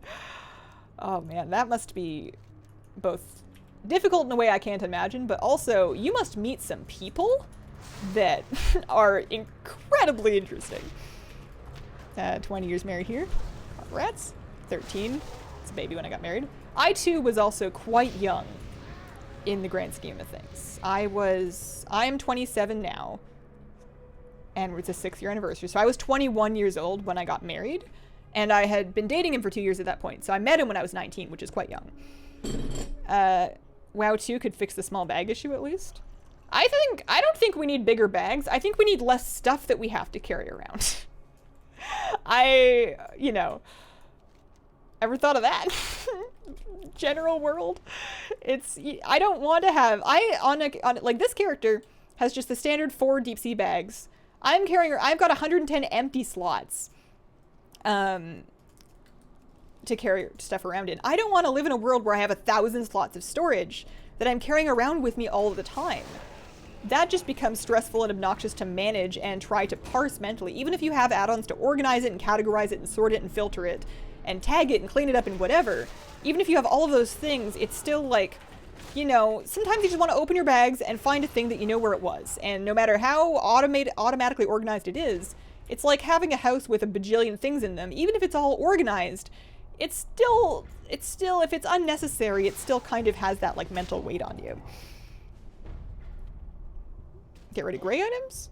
I like vendoring stuff. I'm not all about, so you know how in Nazjatar you have like the weird, like you had a lot of little consumables in Nazjatar and little regents, and you had your elemental bits, and you had your like seaweeds and murloc socks, and there was just so many little things in zones like that yeah, they're consumables, you're supposed to just use them, but you end up kind of not doing it, and they just kind of clutter things up and become overwhelming. And I think, sure, there's an argument to be made that by never doing interesting, fun little things like that, you're making the game boring. But I also think you can do too many of them and end up with a bag that is clogged and overwhelming. Part of the appeal for me of logging in on a fresh alt that's leveling is that she can delete every single last thing from her bags, and I don't feel like I made a mistake. And she does. She doesn't have extra gear sets, she doesn't have extra consumables, she doesn't have contracts that she could use to learn new troops for her mission table, but she can't do it yet because she has the maximum amount currently equipped. She just goes into a dungeon, maybe has a stack of water just in case it's like a real rough dungeon, and heals it, and that's her life. And that's very simple, and it's appealing because it's so simple and straightforward. There's a real joy in the beginning of a game where everything is straightforward and makes sense. And as the game progresses, it gets more complicated. And while that also makes it more satisfying once you've really immersed yourself in all those complexities, it can make it feel overwhelming and exhausting even when you understand everything and have everything in its correct place. There's just too much to wrangle for it to be really fun. And I don't know what the right balance of that is.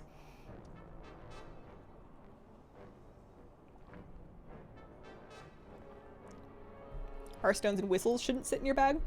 I do think stuff like that could be, you could put it in the toy journal to make it, to clear out some bag journal. I think, I mean, we do have Hearthstone toys, and you can delete your Hearthstone so it does not sit in your bag by using Hearthstone toys. That's totally valid. That's a perfectly fine thing to do. Whistles would be nice. I would appreciate having the whistle, and there's probably some other things that you can get out of there, but just in general, maybe a few fewer extra flavory things. I don't know. It's not that bad. I find that what I've done is I just use auto vendor, which allows me to A, automatically sell grays when I open chat with a vendor. I can't even imagine living without that. B, I have it set to automatically sell soulbound items that are below a threshold item level. So I finish running HFC, and my add-on sees all this like 146 gear, and it will vendor a dozen of those every time I open trade with the vendor and clear out all that gear. So that helps. And then thirdly, with auto vendor, you can type /junk and then link any item you want, and it will be added to the junk list, and then that will be automatically vendored when you open trade. So I just started doing that with those elemental regents from Ardivas's lab after I had gotten my periodic destruction achievement. I didn't need them anymore, so I was like, well, I'll just auto vendor that stuff, get it out of here. I don't want to look at it. And that kind of helps. That's the best thing that I've found to do. Little things do drive me crazy. Fun for a little bit, but it's too much because I feel like I have to use them. They clutter my bags. I think it also might be a personal philosophy, that kind of thing. I am a person, I know many people that will carry a purse or a bag, and they want to be prepared. They have band-aids, they have stitch rippers, they have Tide sticks, they have snacks, they have hair clips, they have hair combs, they have setting spray, they have their cell phone, they have emergency batteries, they have everything you could possibly imagine, and they're prepared. You have an emergency, these people have got your back. Wonderful friends to have. But I can't live like that. I want nothing more than to go out wearing kind of an impractically small bag that I think is cute, and it will have my phone and my wallet, or even just a card case with just like my credit card and my license in it, and my keys. And honestly, I could go without the keys if we can get beyond the keys. It's fine. I want to carry like 3 things, and then that's it. It's just so much easier to find things when there's less things. It's so many fewer things to keep clean. I feel like if I had that many things, some of them would be old, some of them would be expired, some of them would be dusty, one of them would be leaking. I wouldn't be able to find things very quickly, whereas when you have a bag with 3 things in it, it's pretty straightforward. You can unjunk items. All you do is you do the same thing again. If you've added something to your junk list that you don't want there, just type /junk, link it again, it will be removed from your junk list. Prismatic Toy is available to buy in BFA. The catch is that you need to find the vendor up. The Mad Merchant is a random spawn, so you gotta kind of camp him. I just park a character with the requisite amount of gold in the toy shop, and then log in at the top of every hour to see if he's up, and then if he's not, then call it. I'm that person. I'm a big old leech because I want to be friends with that person so that when I need like a band-aid or something, I know who's got me, but I can't handle having all of those things on me. Although I do think that for traveling, I tend to over-prepare a little bit. I like carrying extra batteries. I like having a pen with me. I've had enough times when I was like going through immigration and customs, and they like hand out forms for you to fill out, and I had to borrow a pen from a stranger. Hate that, so I always carry at least 2 pens with me if I'm like going on a plane. You see wallet, keys, phone. Wallet, keys, phone, shades. Yeah.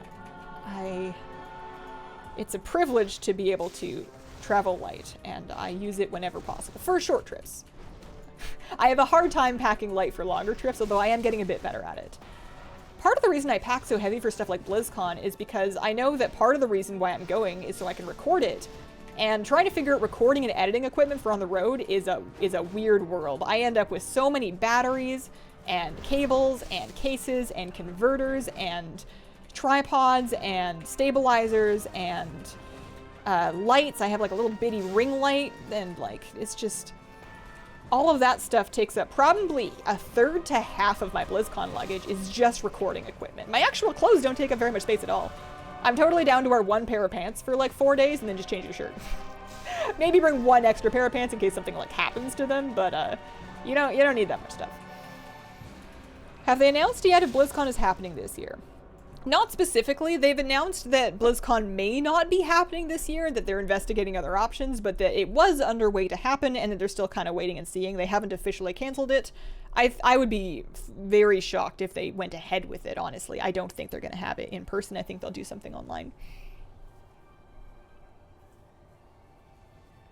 And not really keeping up with Shadowlands. My druid has about 17 pieces of Azerite armor. Yeah, Azerite is staying behind. Azerite and Corruption is a BFA feature. We're not bringing that with us.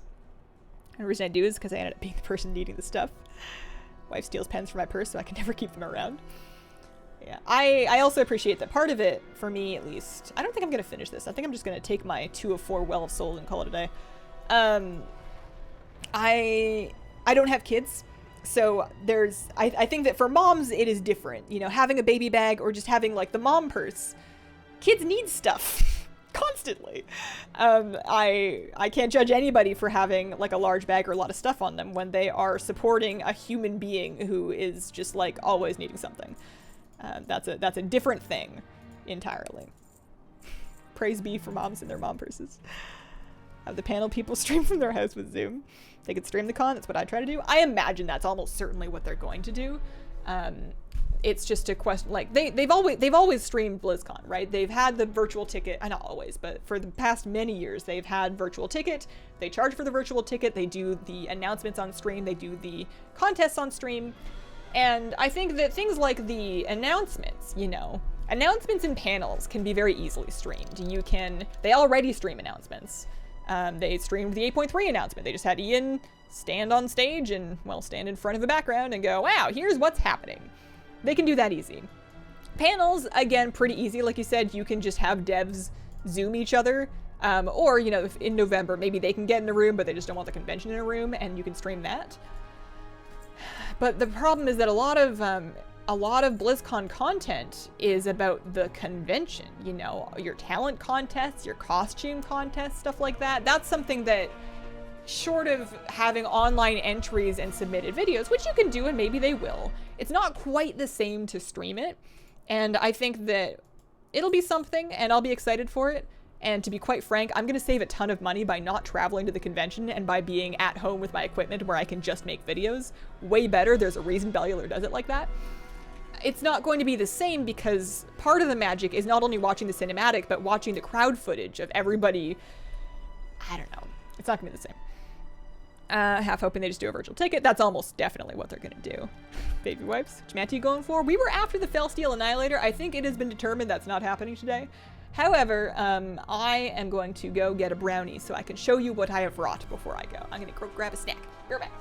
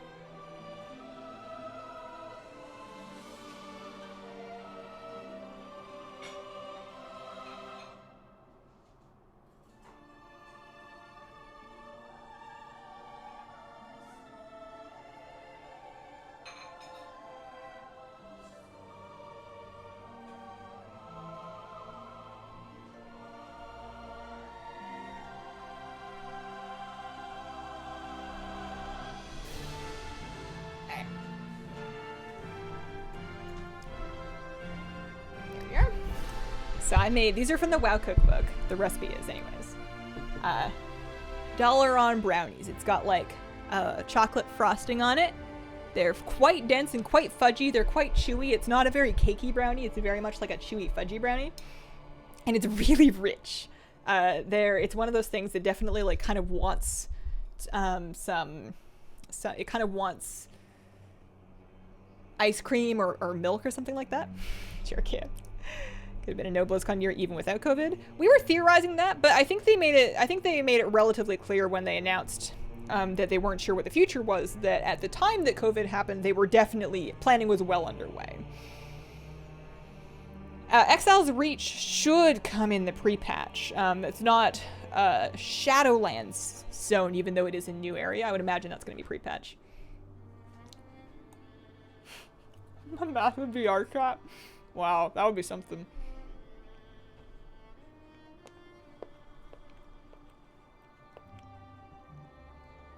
Hung is a big bed, but no one's going to take the small bed and sleep on it. Yeah. They'll go back and forth depending on how warm it is. I find they prefer the big bed when it's warmer, and they get in the small one if it's a little bit cooler in here. It's definitely a brownie. Looks amazing. Now I want brownies. I was surprised by how fast it was to make. And usually I put off making things like cookies and whatever because, like, leaving the butter out to warm to room temperature is too much forethought for me. I'm an impulsive baker. I want to, like, start. And this involves plenty of butter, but you just melt it on the stove.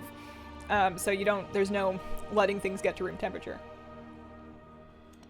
Yeah, you don't want a ton of it. I do pretty small squares.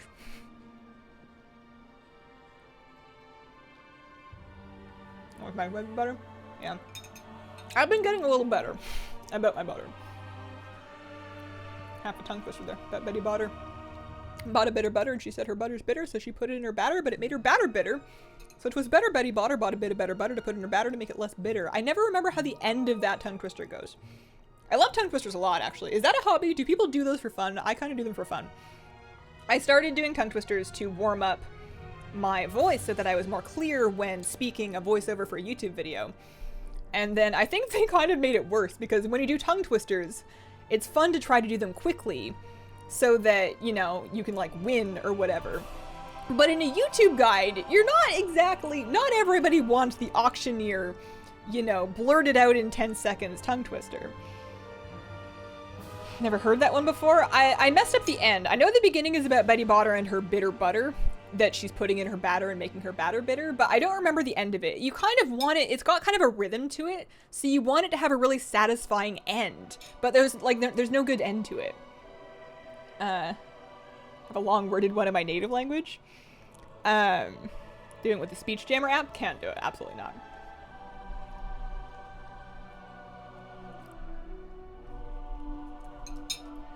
Let's see if there's any good ones.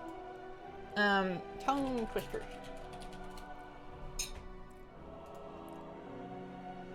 Oh yeah, this page has them.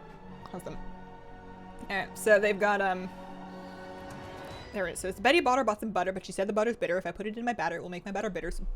But a bit of better butter will make my batter better. So it was better Betty Botter bought a bit of better butter. That's what it was.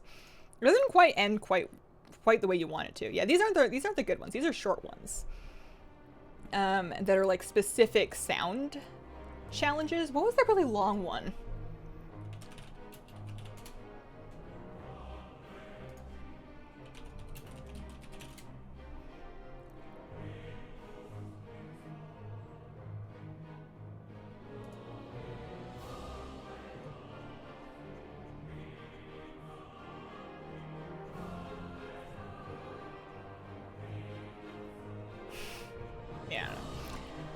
Fun to see the tongue twisters in Animal Crossing.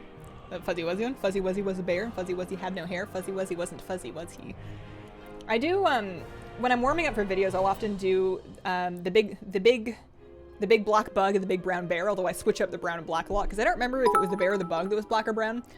And also, it's not a very nice one. It's the big black bug, but the big brown bear, and the big brown bear blood. The big black bug, but the big brown bear, and the big brown bear blood. Nulgar, thank you very much for the 100 bits.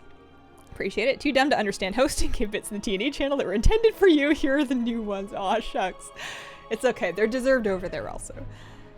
Making use of the triple monitor setup, I see. I don't use it too much for streaming. I mostly use it for editing when I'm a really messy editor. I organize my footage and I name everything, and everything can be searched up, but I still want to like spread it all out like a scrapbook so I can just kind of like cast my gaze and pick something. Bird is the word. She sells seashells. There's oh, tongue twisters in French. Oh goodness, absolutely not. I don't speak French.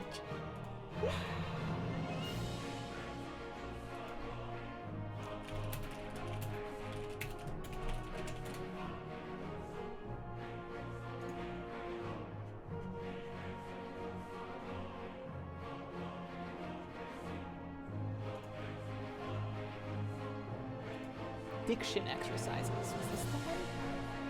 No.